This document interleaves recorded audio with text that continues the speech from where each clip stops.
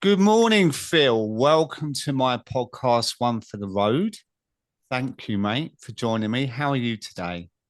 I'm really good, thank you, Dave, and thank you for having me. It's great to be here. It's great to be part of this. Well, honestly, it's a pleasure. And the thing is, my wonderful audience um, responded to a post I did about guests, and they were crying out for, in brackets, normal people, right? And you've been part of my wonderful group, Sober Sessions, for a few months now.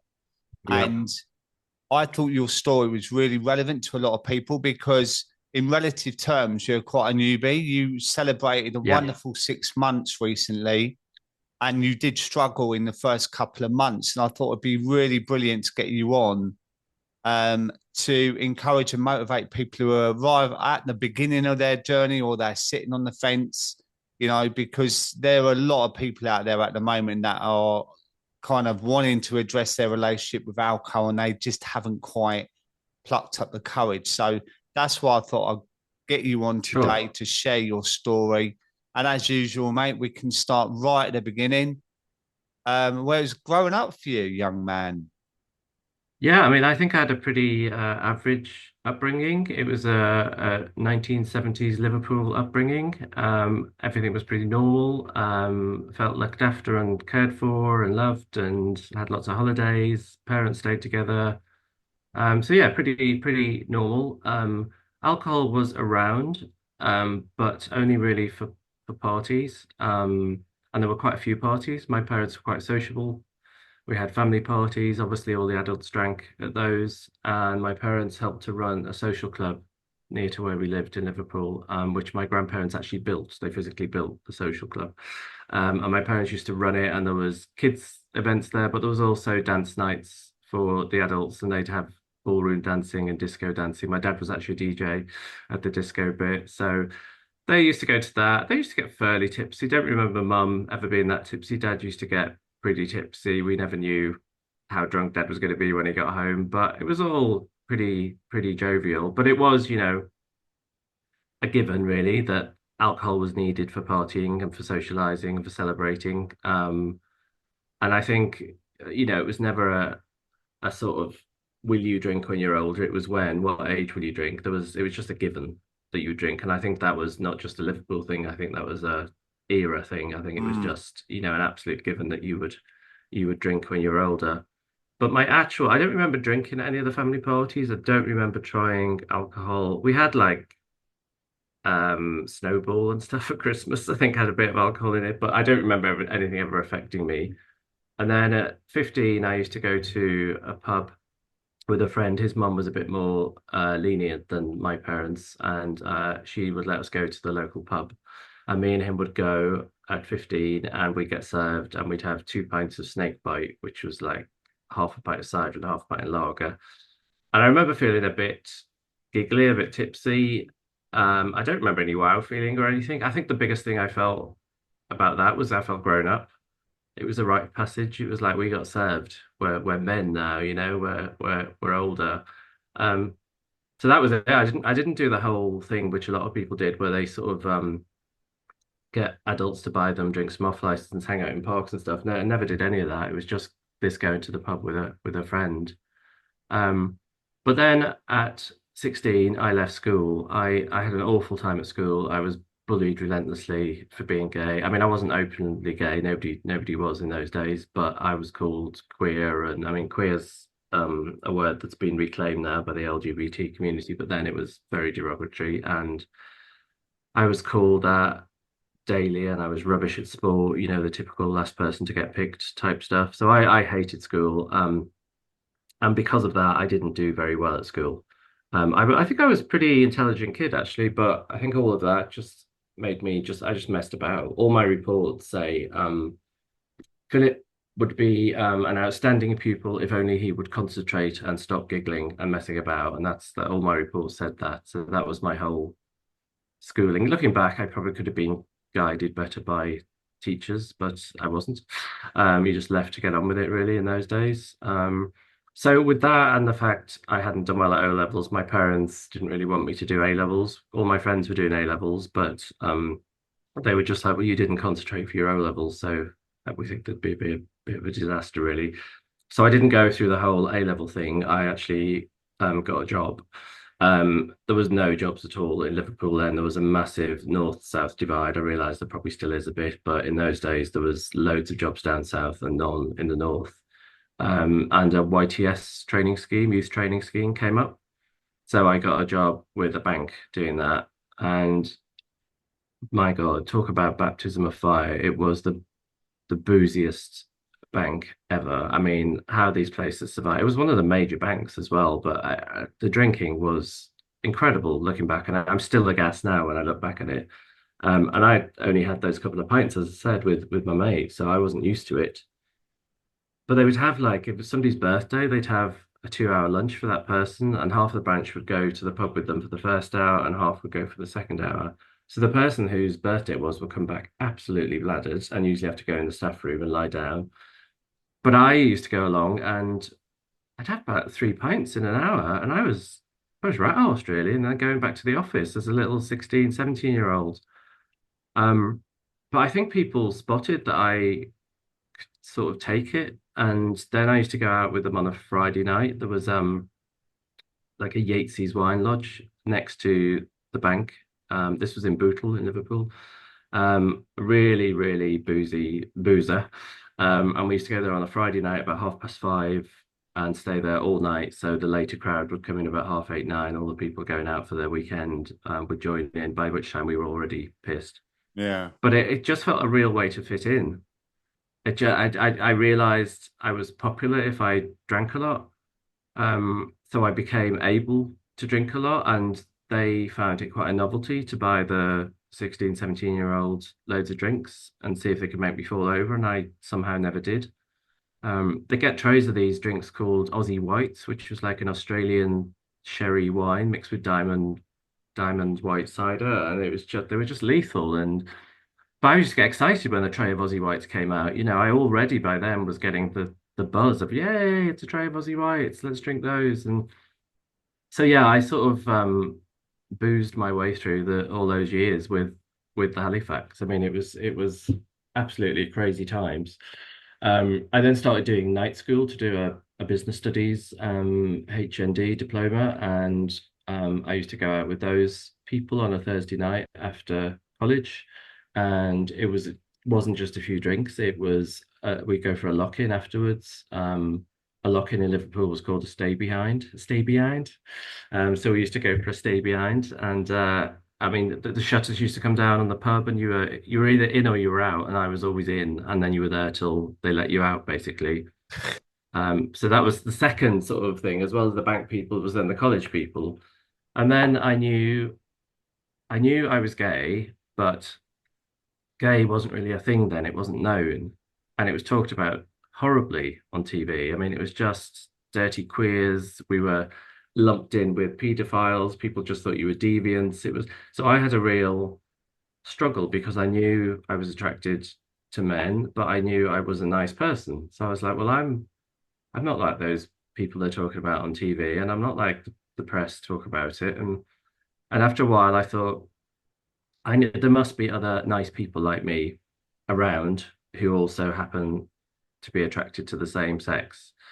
So my parents were away on holiday, and I went through the phone book because that was all that was available, no internet then. So I found a group called Liverpool Friend, and you went there for coffee on a Wednesday night to meet like-minded people, but then they would all take you out on the gay scene, but you were sort of looked after by this group of people. So suddenly my parents came back from their 2 week holiday, and I had all these new friends. They've since told me they thought I'd got into drugs while they were on holiday because I had this sort of new life.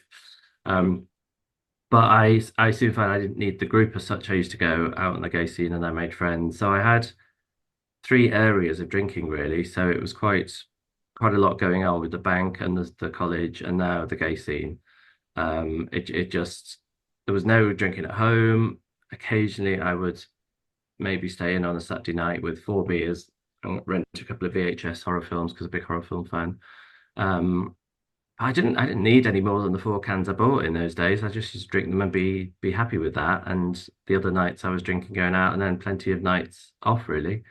So to put Um, it in context, this era, what is that, the 80s? So this would have been 86, 87 Yeah, now. yeah, Yeah. So I stayed. My drive really was to live in London from 12 or 13. Every time I went to London, I was like, I need to live here. This is the place for me. I could tell it was open-minded. I could tell it was diverse. And Liverpool really, I love being from Liverpool, but it wasn't a diverse city. And I just needed to get to London. And I was really lucky in an opportunity to go to London came up. It was called the London Flat Scheme, where they wanted experienced people in the south. So they would give you a cheap flat, London waiting, loads of expenses. So it's a fantastic way to get to London with the sort of buffer and cushioning and protection of the bank. And I also had instant friends in London because there was other people from all over the country who were doing the same thing. We all shared flats together and we all worked in the same branch. So we'd all go out partying at the weekend, do the traditional Punch and Judy pub in Covent Garden and all that you do when you're first in London. And we'd get pissed, but it wasn't like the Liverpool bank. It wasn't a drinking culture like that. It was just socializing, and mainly at weekends. And again, still, there just wasn't any drinking at home then. Wine, I don't remember when wine started. I think 90s for me, or I was aware of it, but it wasn't a thing to drink wine at home. So I was just sort of socializing in that day, really. And then I stayed in the bank for another year and a half, but I knew it was not for me. I just used to look around at people and think, how do you do this? How do you accept this as your life and your job? I can't do this. Um, Unfortunately, the careers advice I'd been given at school was what everyone gave. You either do tradesman, labourer, or you do admin. And I think they took one look at me and thought, well, you never lift a brick up, so you're admin. So I that's why I went into the bank, but I could just tell 9 to 5 admin was not for me. And so I saved up money and I handed in my notice and I went to America age 23. So this would have been 93 by now. Um, and I booked a flight to Miami and I booked 2 months of Greyhound bus travel and 1 month of Amtrak train travel, and then a flight home 3 months later from New York. And the rest of it was just wing it. I'll see how it goes. Um, and there was still no internet, no phones then, so it must have been quite scary for my parents to let me go away. I used to ring them every 2 weeks and reverse the charges from a call box, to keep in touch with them. But that wasn't a particularly boozy trip. I looked after myself. I think I got drunk twice in the 3 months I was traveling, but it wasn't that boozy. It was life changing. I'd recommend it to anyone to go traveling on your own. It changes your life. Um, so I came back from that. I did a month in Greece. I was supposed to travel the Greek islands, but I did a proper Shirley Valentine and fell for a Greek man. And I was seeing this Greek man for the whole month I was there. And I came back after that month and stayed with my parents for a bit, but then went down to London, stayed with friends from the bank who were still in the bank. The Greek guy tried to come and live in London with me. That didn't work out. He just couldn't handle London, so that fizzled out. Um, and then a friend said to me, "Why don't I get work at a theatre, selling theatre tickets in a phone room?" So I did that, and that was fantastic. I've still got friends. All my friends really stemmed from that job, from working in the theatre, and it was the first time I was surrounded by creative people and actors, and the first time actually doing the job I wanted, which was to do makeup for film or television, came on the horizon in a realistic way. People were like, "Oh, my mate does that," and I'll find out what course he's on. And so yeah, it was. I worked at the theatre, and I did a year of art, and then I did 2 years at the London College of Fashion doing makeup studies, which was great. Again, not that boozy a period, just regular socializing with the college people. I was by then going out clubbing quite a lot, I would say. And I don't mean raves, I just mean regular gay clubs. I'd go out on a Tuesday, a Thursday, and a Friday and a Saturday, so 4 nights. But, just I'd never lose the plot then. I was always in control of the alcohol to a point. Um, wake up with a hangover, which would be gone by midday. So it wasn't really, it never became an issue then. And I still wasn't drinking at home, apart from occasionally on a Friday night, I would open a bottle of vodka and start drinking that. But I'd be online, there was computers by then. So I'd be online on a site called gay.com where you could chat to people. and I drink and sometimes arrange then to go out clubbing with those people online. So that was the only drinking at home. It still was not a So how regular old thing were at you all. then, Phil? Like in this little spell? So in 93, when I went traveling, I was 23. And by the time I was studying makeup, I was 25, 25 to 27, really. Yeah. Um, and then after studying the makeup, I left and I went freelance because that's what you do. And I started getting work. I did a few Sainsbury's commercials. I did all the idents that went in the middle of sponsored Friends adverts, like Friends is sponsored by Nescafe type thing. I did all those. And then somebody sent me an advert for a job at ITN, and there was no full-time work in makeup then. Everybody was freelance, and this was a full-time job. And I went for the job just because they sent me, and I thought I really should tell them that I'd been for the interview, and I did, and I got the job. Out of 150 people, there was two jobs, and I got one of them. Wow. Um, so that was my first proper job, as it were. I mean, I think my parents were glad I'd got a what they see as a proper job. They never really got, and I think my dad still doesn't get the fact that you would choose freelancing as an option in life. But so they were happy. Um, I think for me, it probably wasn't the best thing. It was great that it was some stability, and I had debts from college and debts from being freelance the early days of freelancing. So it was good to get a steady job. But I sort of thrived on the freelance bit because I have a very, as well as a creative job, I have a very creative problem-solving mind. And I think that started to shut down when I was at ITN because there was no life problems to solve. I used to get quite a buzz out of things coming along and thinking, oh, how will I deal with that? You know, how exciting. But there was nothing like that once I had a full-time job. And I think maybe drinking started to creep in and replace that a bit. Um, because I needed that excitement, that buzz that I wasn't getting from no longer being freelance. Um, so yeah, I went on ITN, and I after a year and a half, the head of makeup left, and me and the other person had to interview, and I got the job as head of makeup, and I ran the makeup department there for 11 years. Going out clubbing a fair amount, still, pretty good life really. Um, Halfway through that, I met the guy who would go on to become my husband, now ex-husband. Um, and we met in around 2005. So I would have been about 35 then. Weirdly, I can remember I didn't really want to get involved with anyone. I'd had a couple of relationships and I'd lost my confidence and then got my confidence back. So I was having quite a good time in London, feeling confident. So when I met him, I was very much like, yeah, I'll go on a date with you, but I don't want to get involved. And he played it quite cool. He was like, yeah, fair enough. Okay, but do you want to meet again? And I'd be like, yeah, we'll meet again. I remember on our second day, he said something about getting to know me. And I remember the words I said, well, you don't want to get to know me. I drink a lot. So already I must have had, Mm. because I remember saying that. It's a weird thing to say to somebody, but I remember saying it. And he was like, oh, you seem all right to me. Um, because I didn't lose the plot or anything in front of him then. Yeah. But I obviously spotted it in myself that I was capable of, of doing that because by then I'd moved from a little tiny flat up in Archway in North London down to Clapham. And Clapham's quite a gay area of London. There was a gay bar and there still is a gay club called the Two Brewers here. Um, and I moved in with a friend in Clapham, so we were lodging together. And it was kind of a second wind of partying.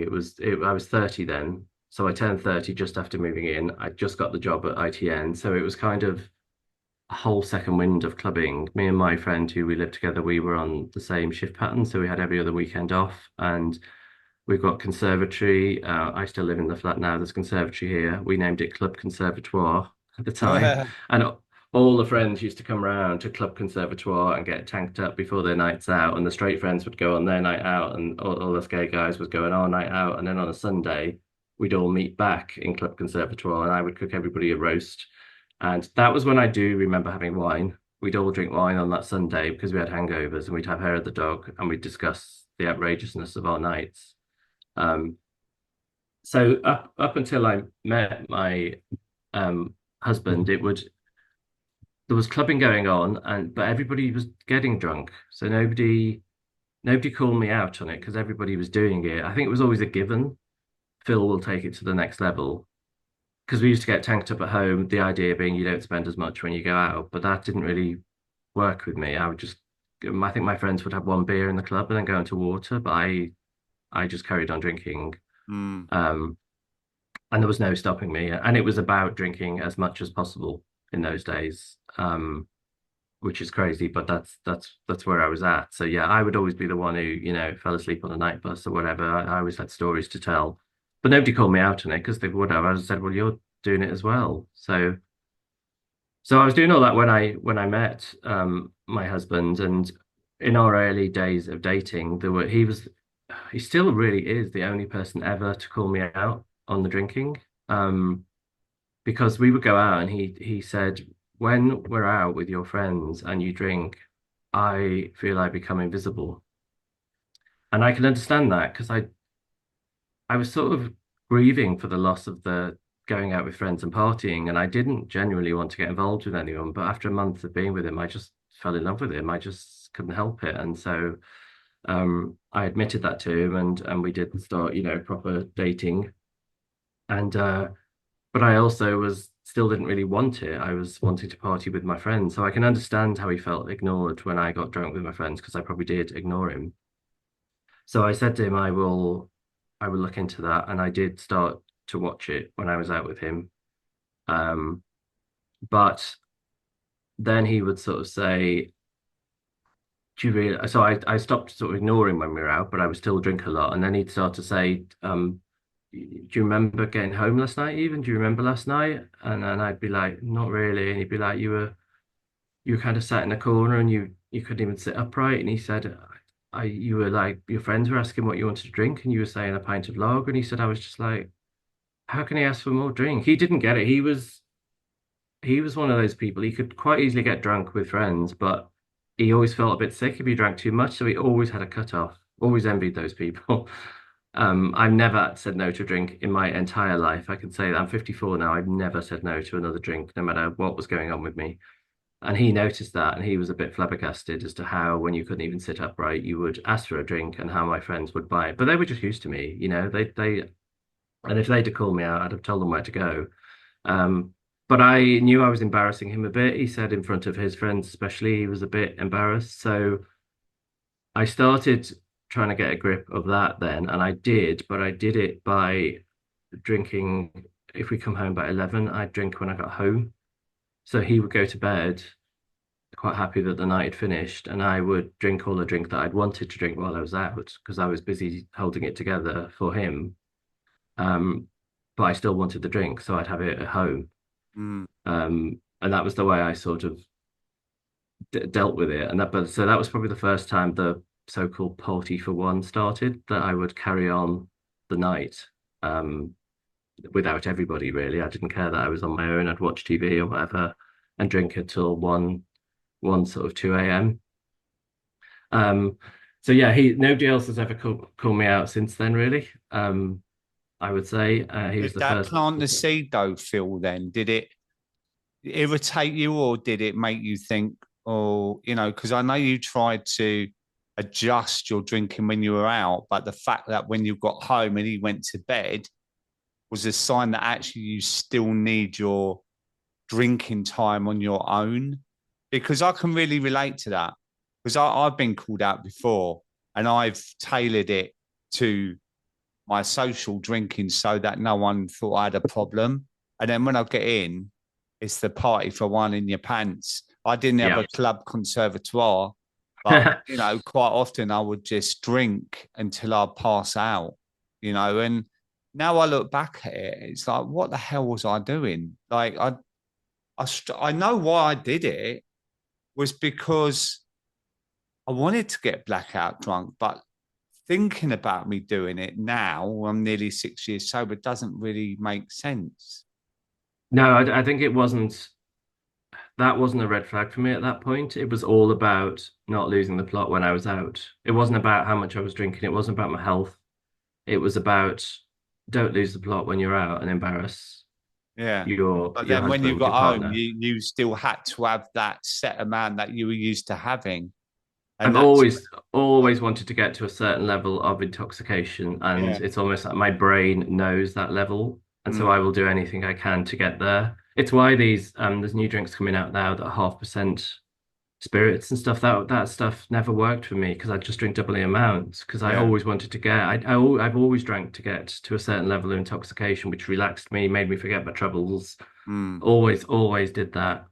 Um, so yeah, nothing would stop me, even if that meant drinking sort of when I got home, really. Um, so yeah, that sort of trundled on for quite a few years. We did end up getting married. It didn't put him off, obviously. He seemed to just accept the fact that I drank when I got home. He'd just go to bed and he'd just see it as my thing, really. He never criticized that. And I think I started hiding stuff as well. He'd be like, I remember talking about it once, and he'd say, "Oh, you drank a bottle of wine when we got home," and I'd be thinking, "That's the one you saw by the sink," but there was another one that had already gone in recycling. So that was the first time anything had been sort of hidden from anyone, so he didn't really know it was creeping up. And although I was aware, it was like my little secret, so I didn't really yeah. feel I needed to do anything about it. So that continued, and I then had, after being at ITN for 12 years, I had trouble with ITN. I'm not really allowed to talk much about that, but it was me complaining about something that wasn't dealt with well. And it went on for 10 months. I ended up signed off with stress, anxiety, and depression, and it ended up with solicitors involved. At that point, it was the worst 10 months of my life. It was the most stressful thing. Having human resources department talk about you and your mental health, it was so stressful. And I was getting up in the middle of the night, 3 a.m., and drinking just to cope with it. And I didn't worry about that. It was needed. I was just like, this is needed to get me through this. So it was a whole new level of drinking, but it was also a whole new level of stress. Mm, So things, the ante had been upped really. Um, and so yeah, drinking quite easily goes to a new level without you realizing it because you're just busy trying to cope with the situation. So I ended up leaving ITN. I had to go back to being freelance again. I got a new job working for a Nigerian news channel, which I loved for a year and a half. It was freelance, but it was full-time work, well, good pay. But he wasn't very good at paying us on time. And eventually we found out he had several different versions of the same company. And when he owed us loads of money, he shut the company down and we couldn't chase him for it because you can't chase a person, you have to chase a company, and he bankrupted it. So he ran off owing me £16,000. oh, So the money I had got as a severance pay from ITN, I had to live off that then. So it all went. I managed to get 5 new contacts. I was working for Saturday Kitchen, for Disney, places like that. I was doing quite well again. And then for some reason, they all went away. Nothing to do with the drinking, nothing to do with what I did. New producers coming in, people being made redundant. They all just went. And so I only had one contact really who was employing me. And at the same time, my husband, who had always gone from job to job, he just had the ability to leave a job and get a new one because he's a brilliant person. He's brilliant in interviews. He always just snapped jobs up. But he left the job at this period and he didn't get another one. And so this is way before the pandemic. We were locked together at home 24/7. And we had a dog by then. And he'd be like, "Do you want to come out for a walk with the dog?" And I'd be thinking, "No, I just need time away from you. I'm not doing that." So that was sort of the beginning of the perfect storm for the our marriage breaking because we were thrown together. We didn't have enough money coming in. And I have to admit, I dealt with it by drinking. So although the drinking wasn't the reason things started to go wrong, I don't think it helped because I just froze. Because when you're drinking and burying stress, you don't actually find ways of dealing with it. Because every time you start thinking about it, you'll think, oh, I'll just drink later. I'll drink at 5 o'clock, that's fine. So you don't deal with anything. mm, So I didn't, and that sort of went on for 2 years. We were just at that horrible st and in a relationship where sometimes you're on the same page and it's great, and other times everything you say, your partner misconstrues and misunderstands, and you're like, I didn't mean that. It was kind of 2 years of that. And then in 2017, he went away for a few days to stay with a friend in France, and he came back and he just said, I'm leaving you." And I was like, well, yeah, we do. We need space. This is drastic now. I agree. And he was like, not space. I'm going. I don't think this is fixable. And I was like, but we said vows. We're married, so anything's fixable. We said we'd stick together. That's why we got married. And he was just like, I don't think this is fixable at all. And he said he was really adamant he was going. So he said, I'll move into the front bedroom for a bit. And I was just like, if you're leaving this marriage, you need to leave this flat. You need to leave the house. So he did. He moved out and moved in with his mum. Um, and we've been together 12 and a half years by then, married for about five. God, to say a whole new level of drinking started then was an understatement. I mean, I was on my own. I was always the cook in our relationship. He could cook, but I enjoyed cooking, and he was very appreciative of everything I cooked. So I carried on thinking I won't rely on takeaways and stuff. So I would cook for myself, and I would make this lovely meal from a recipe, and then I would sit down in front of the telly like we used to, with a tray on my knee, and I would start eating, and I would just fill up with tears because I was on my own eating, and I get a lump in my throat, so I couldn't eat. I felt physically sick, and the amount of dinners that went in the bin in that period, so I'd end up having a liquid dinner of just wine, and that obviously helped numb everything, and it helped. Alcohol is incredible at making you not realize you're lonely, because if you've got a bottle of wine open for some reason, you feel like you've got a mate in the house. You don't notice that you're on your own. You're feeling, and I've always said all my life I've never felt lonely, but I realize it's because I masked it with drinking. So I wasn't. I think I was aware of how much I was drinking by then. I would say I was sneaking into two bottles of wine a night. Um, and I was aware of that being a problem. So I do things like, and I used to call it game playing, but I'm a bit kinder to myself now. When I look back on it, it was just a naive attempt to rein things in a bit. So I would say to myself, why don't you have a couple of gins while you're cooking, a couple of double gin and tonics while you're cooking, then open a bottle of wine when you're eating, and then you'll only have one bottle of wine. I can tell you now it doesn't work. I would do that, and then I ended up on two double gins and two bottles of wine every night. And every time I tried to have a night off, the loneliness and the hell of going through marriage ending was just so prominent in my head. I just didn't want to deal with it, so I drank. Um, and I did that for a year. And then in 2018, my mum had something called diverticular disease. It's a disease of the bowel which causes inflammation. And she'd had a section of the bowel removed and it got better, but then it started to get worse again. And they said she needed to have investigative surgery. And they said, if you have to have more of the bowel removed, we'll have to give you a bag. You'll have to live with a colostomy bag. And my mum was like, that's not happening. I'm not doing that. And we were just like, let's see how it goes, mum. We'll cross that bridge when we come to it.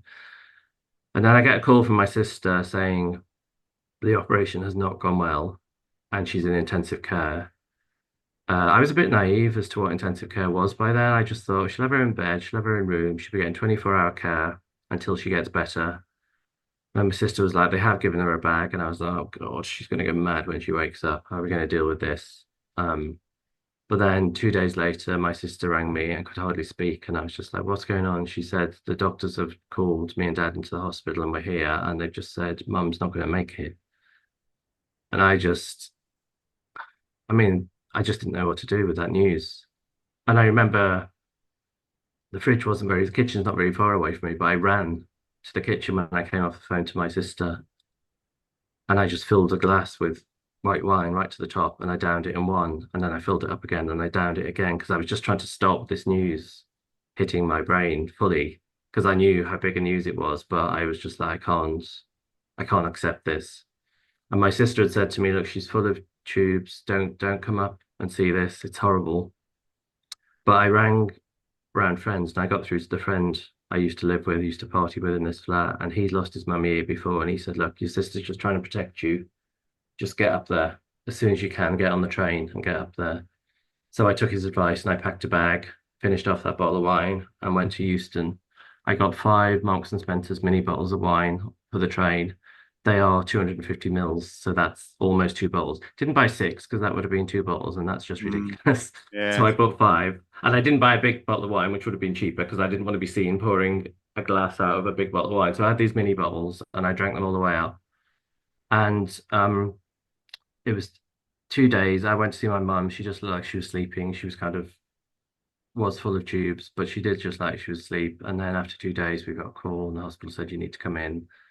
And when we went in, everything had changed. I'd never seen anyone dying before, so I to see somebody yellow and the skin loses its elasticity, we knew it was the end. So we had to turn off the machine, and we lost her after about 4 hours. Um, And so I had to nip down to London, get a suit, go back for the funeral. Me and my dad were drinking a lot in the evenings because we were just obviously grief-stricken and shocked because this wasn't expected.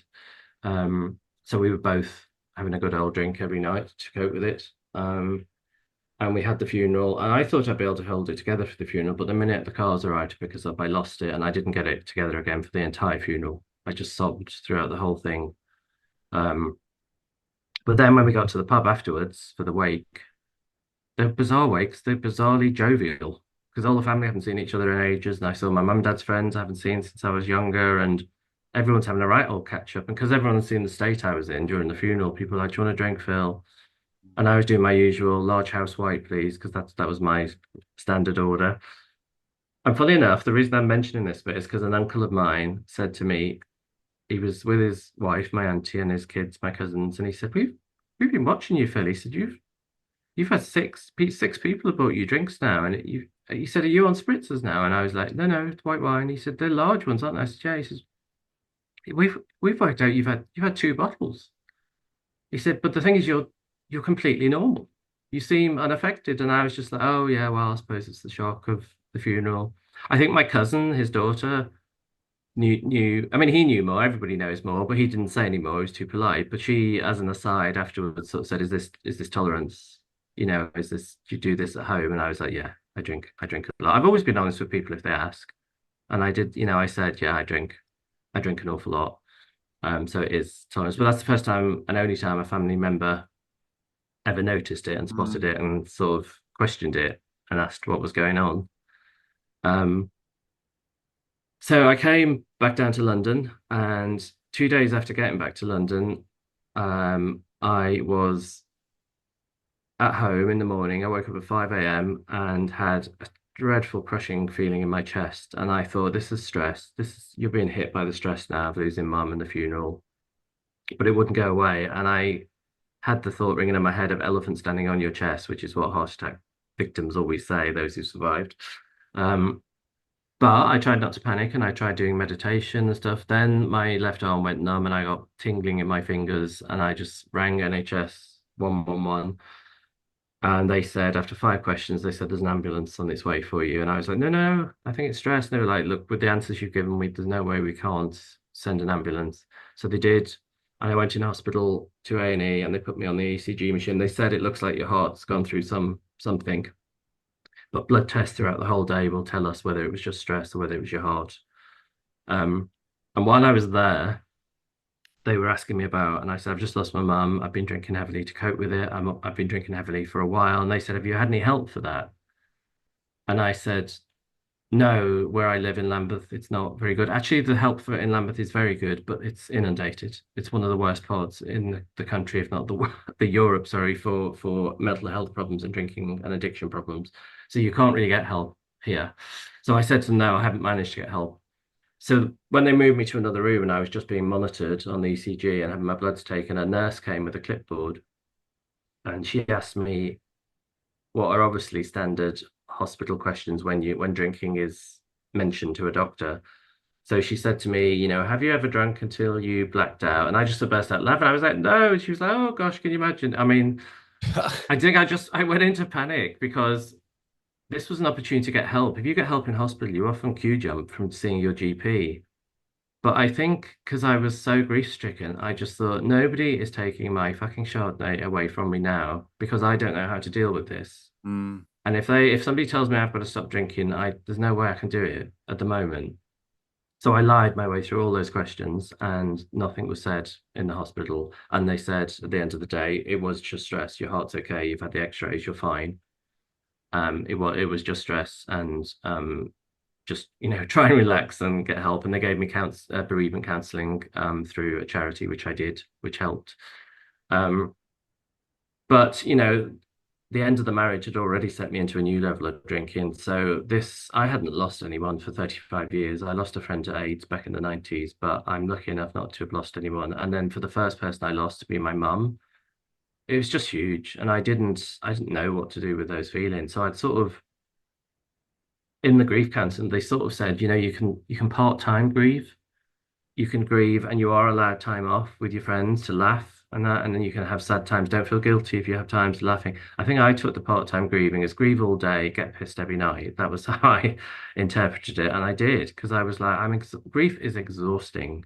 Anyone listening will know it's just exhausting, and it hangs over you like a horrible black cloud, and it is exhausting. So I would deal with it all day, and then come 5 o'clock, I would just drink and blot it out and drink until passing out. So I think really this is the first time the two double gins and two bottles of wine was creeping into a third bottle being opened. And sometimes I wake up in the morning and I drank half of that. Sometimes I drank all of it. So it was not every night, but it was sometimes 3 bottles. Mm. Um, and because the more you drink at those levels, the more tolerant you get to it. So you need more. And like I said, I'd always drank to get to a certain level of drunkenness. And maybe that level had increased also because I needed to completely blot out all these horrible feelings. Um, so I did that really. This was 2018. I did that for another 2 years of drinking at that level. And I think I was very aware of it and kept thinking I'm a terrible procrastinator. I still am. Some things don't change when you stop drinking, but I was procrastinating it away there. I was just thinking I need to deal with this at some point, but how am I going to do this when I'm still grieving? And I was stressed about work. I wasn't getting enough work coming in and still dealing with double bills on my own, and everything. So it was a lot of stress going on. And trying to think about cutting down in that circumstance it's quite tricky, really. Um, and then we got to 2020, and we all know what happened in 2020. In March, 3 days before my 50th birthday, we went into lockdown. So all the work I did have I lost. The government literally said that makeup artists cannot work. They're on the list of people who cannot work because of lack of social distancing. So I had no work to do. I actually felt relief about that. I was like, oh my God, I can't look. I'm not allowed to look for any more work. So I felt this wave of relief come over me that I could just relax. And I had to go on universal credit. And my dad started helping me out because universal credit doesn't cover enough. Um, so you remember what the summer was like at the beginning of the pandemic, and all my Oh, neighbours were up. I've got a garden that's overlooked, and they were all up on their terraces, and they were like, "Hi, Phil, cheers!" on a Monday yeah. in the afternoon. So I was like, "Hang on, I'll just go and get my glass," and I'd go and get a glass of wine. And I actually did notice a really quick escalation, and I thought I was aware enough to go, "This situation is lethal for you." So in June, and I had to check my messages because I couldn't quite remember what happened, but in June of that year, I was messaging my sister. So I've looked back through the message and I stopped drinking for 31 days. And I started reading quit lit books on people who quit. At that point, I still felt all these books were aimed at other people. People with the real problem, people who had to give up. So they weren't for me, but I thought, but I was just trying to gain any information I could. And I stopped drinking for a whole month, and I was finding alcohol-free drinks, um, and chat to my sister. And then I started drinking after 31 days again, with a view to not drinking as much this time. I was buying this gin that came in a thimble, and it tasted 4 times as strong. So you really needed a thimble full of it to get a full taste. As I said earlier, that doesn't work for me Yeah. because it doesn't get me drunk. So, I soon gave that up because I was like, well, that doesn't get you pissed. What use is that? So nothing like that worked. And I was managing to have 2 double gins and a bottle of wine. And I found one of the texts my sister said, "Have you managed not to finish a bottle of wine yet?" And I said, I think that bridge is burnt. I don't think I can go back. And she said, "Well, just try and make sure you don't buy a second bottle." And I was like, "Yeah, that's my plan." And I had the dog by then in the relationship. I was looking after it full time. And he can't be left on his own at all. He's got terrible separation anxiety. And I wouldn't stress him out and leave him on his own just for me to get a second bottle. But then on his walks of an evening, I spotted this little off license in the side road. And I never tie my dog up outside shops. Um, but I popped my head in and I just said, "Do you let dogs?" And he said, "Yeah, bring him in. It's fine." I said, "Would you take phones for payment?" And he said, "Yeah." And it was a weird little off-ice. It didn't have much stuff in it, but it had cheap wine. Um, so I went back to the second bottle because I could get it on the dog walk without stressing the dog out. Mm. And so there I was, two double gins and two bottles of wine, and occasionally three again. It was like, oh my God, Back I'm there back, straight away. Yeah. back there. And funny enough, when I gave up, I've talked about trying to give up before and stuff. I'd never ever have tried to give up completely forever, but I realized this was a massive attempt at moderation. And moderation for me never meant the 14 units a week, the bottle and a half of wine, you're supposed to have max. And that was never moderation for me. Moderation would be if you can stick to two double gins and a bottle of wine and have some nights off, you're okay. So that's what I was aiming for, but it didn't really happen. Um, and then we got to December 23, and my drinking I was just nightly. When I look back through my drink, I was very good at logging my drinks. I logged every single drink without fail.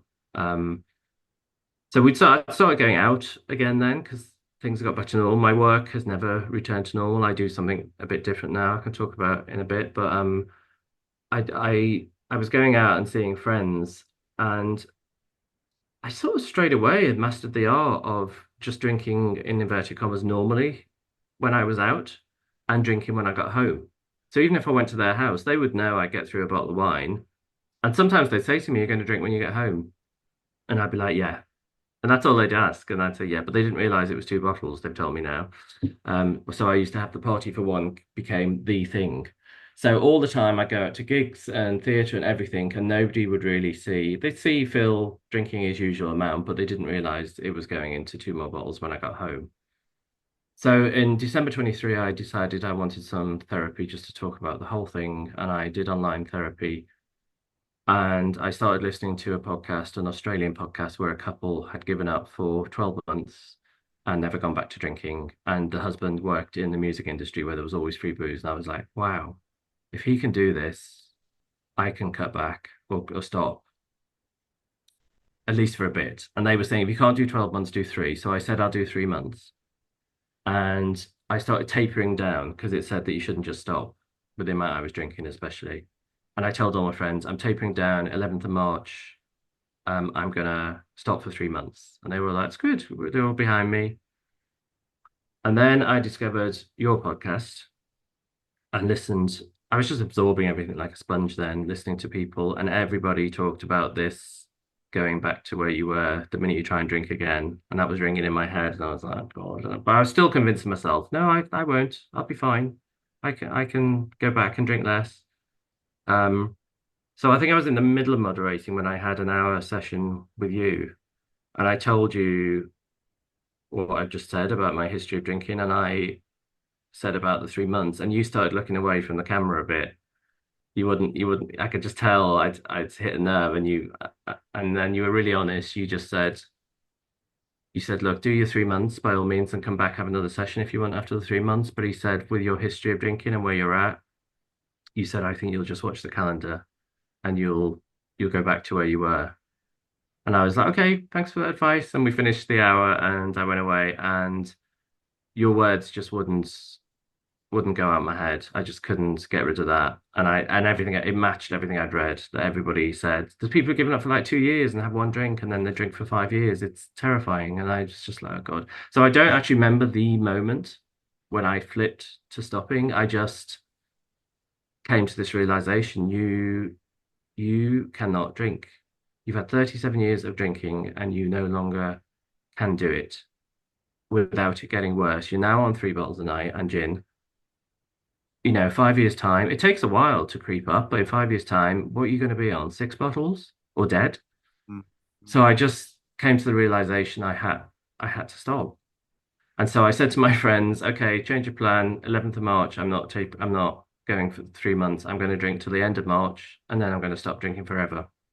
I think they were a bit confused. I think they were a bit like, "Ooh, goalpost changing here. What's going on?"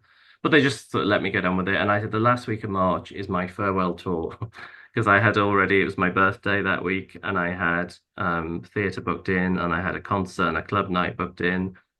So I said to my friends, will you come out with me on my birthday? And it's going to be a boozy one. And I'm going to, because I wanted, if I'd left it as the 11th of March, people were forgetting I was doing it. And they would say, oh, yeah, I forgot you're doing that. And I thought, oh my God, I cannot let this slip away on the 11th. This is saying goodbye to my best mate. I'm not just going to let it slip away on the 11th of March.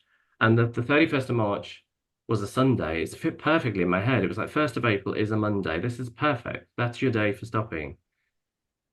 Um, and so, yeah, from my friends went from being behind me to just thinking, oh well, we'll just sort of let him get on with it, I guess. But I had that week, that last week, I drank 200 units, so enough to kill an elephant, basically. The last night, I drank 51 units. I think it was like 11 double vodkas, so 22 vodkas, 3 bottles of wine, and just some prosecco, just for why not?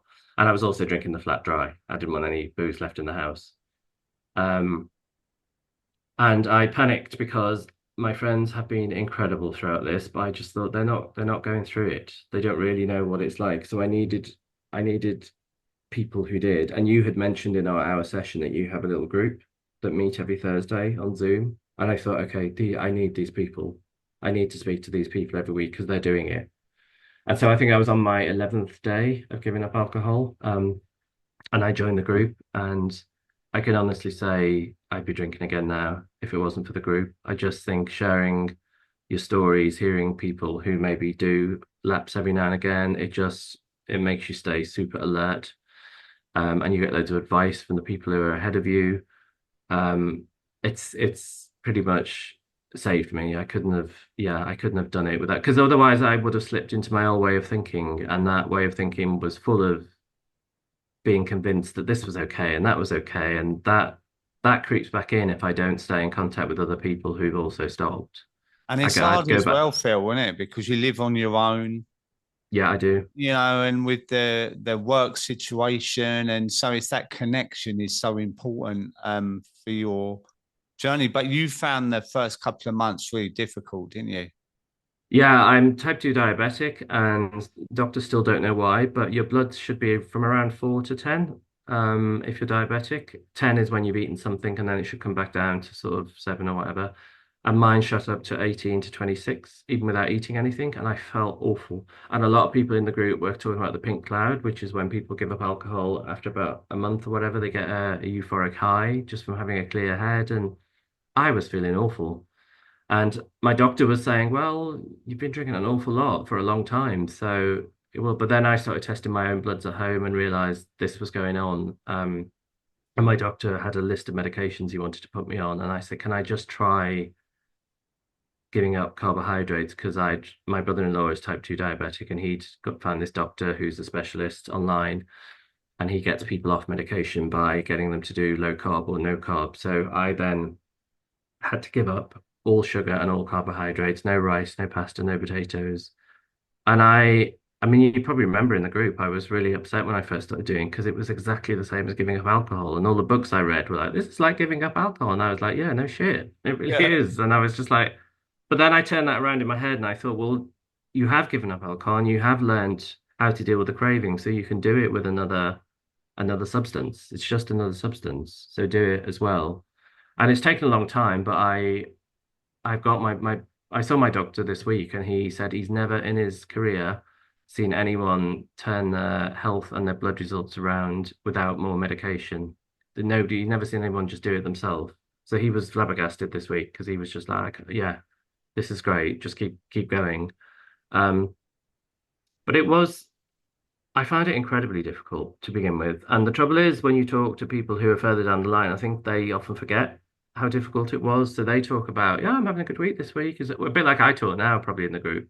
But at the time, I spent night after night sitting on the sofa, cuddling my dog and just sobbing.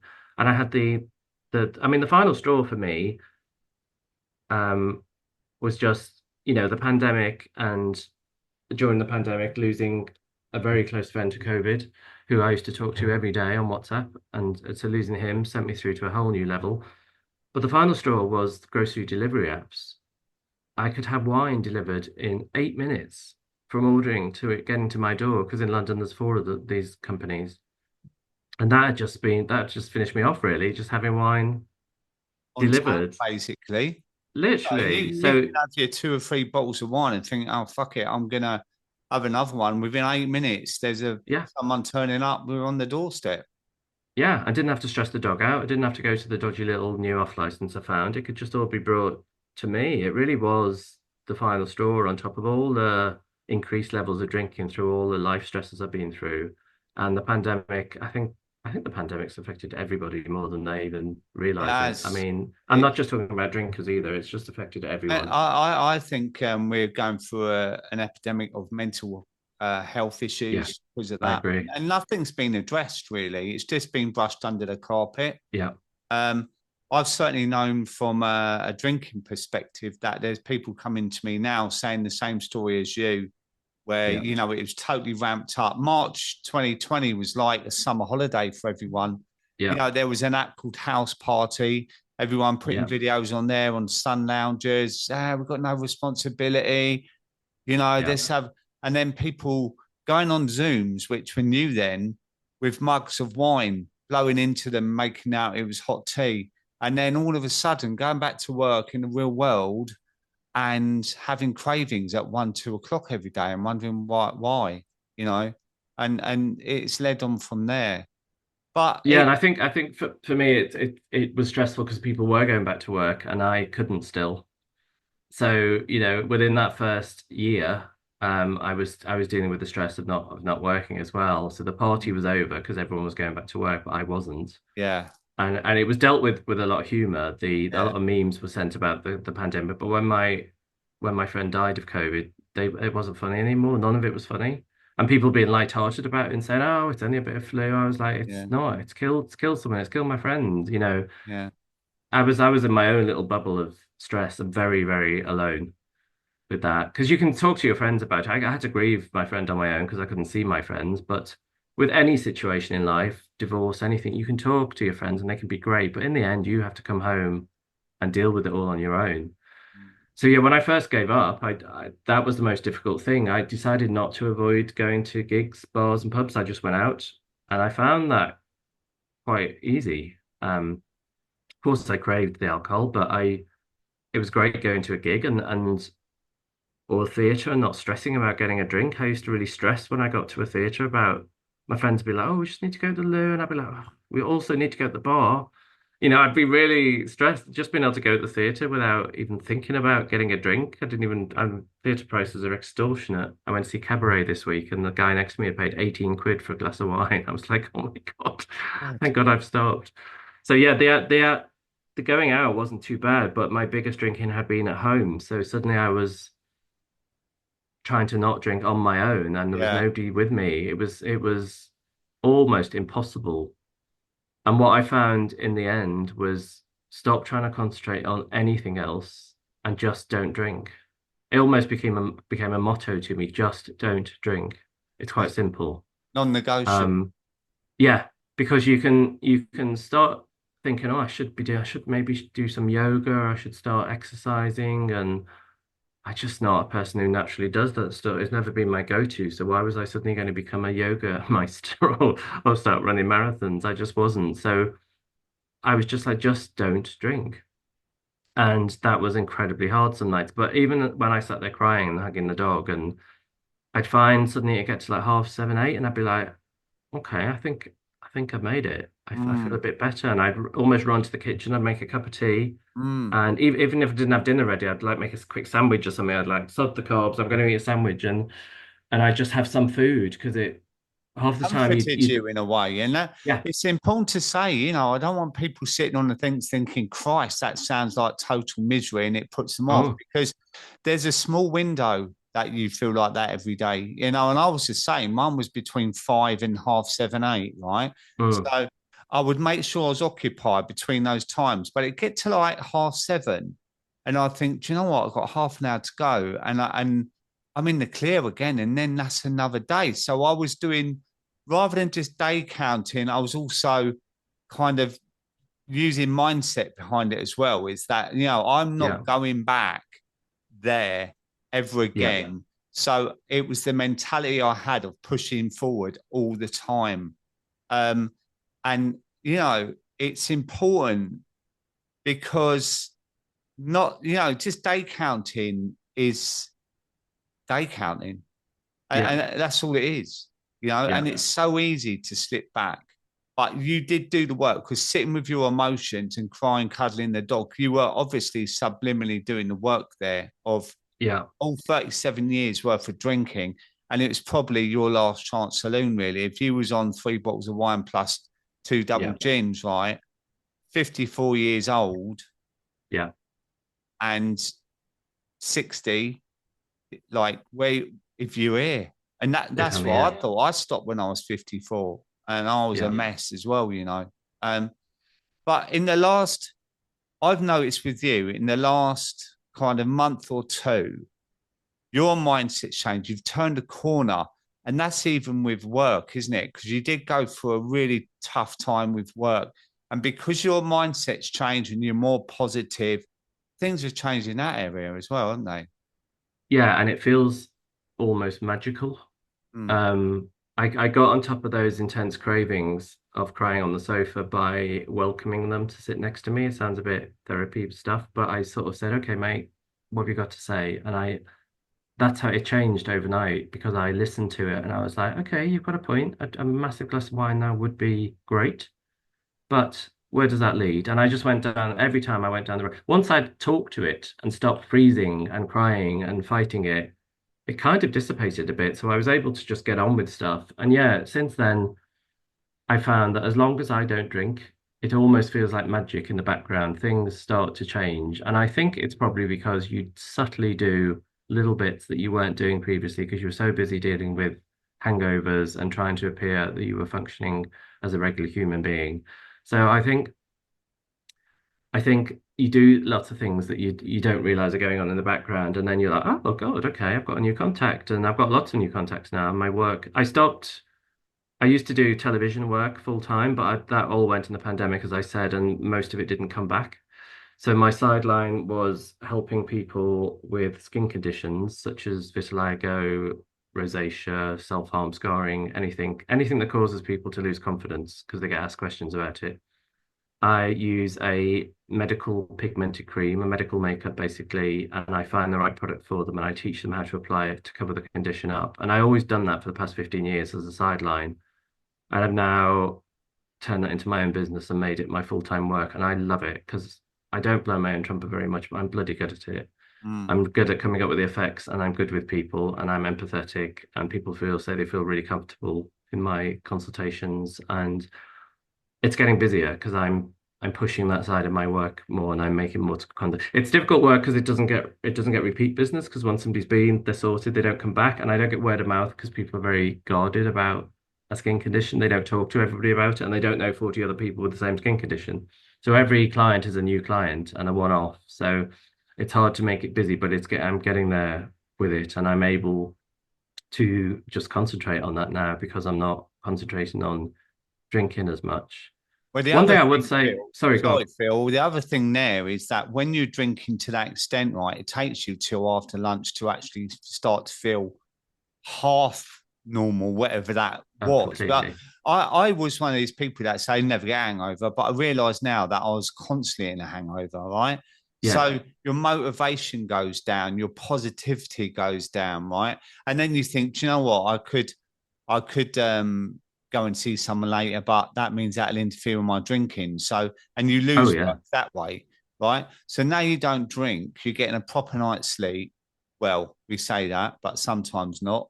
It's up Um, and down. Yeah. my mum used to say they're putting something in the water, right? Because everyone Because I you just, speak to suffers with sleep, right? yeah, But that aside, you do when you stop drinking, you definitely have a new kind of air of new life, don't you? And you feel definitely. more positive and motivated. And I've seen a difference in you because we were talking 3 months ago and you was pretty down in the dumps about it. But Yeah, just recently, it's like the whatever you believe in, whether it's a universe or your own, beliefs in that. But when you are more positive, things start to change, and definitely. you've had that.